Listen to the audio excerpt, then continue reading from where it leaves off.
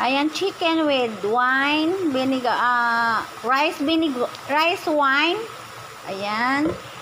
Ayan, mayroon siyang mabangong mantika na tinatawag ito sa Taiwan na mayo. Ito yung niluluto pag taglamig kasi nilalagyan ng rice wine. Rice wine ito tawag nila dito. Ayan. Kaya ginisa ko na siya doon sa maraming luya. Ayan, yung manok. Malambot na siya. Kaya pwede mo siya haluan ng gulay na repolyo. Kaya ilagay na rin yung gulay na repolyo para masarap. Mahilig talaga ako sa gulay. Kaya gulay-gulay lang.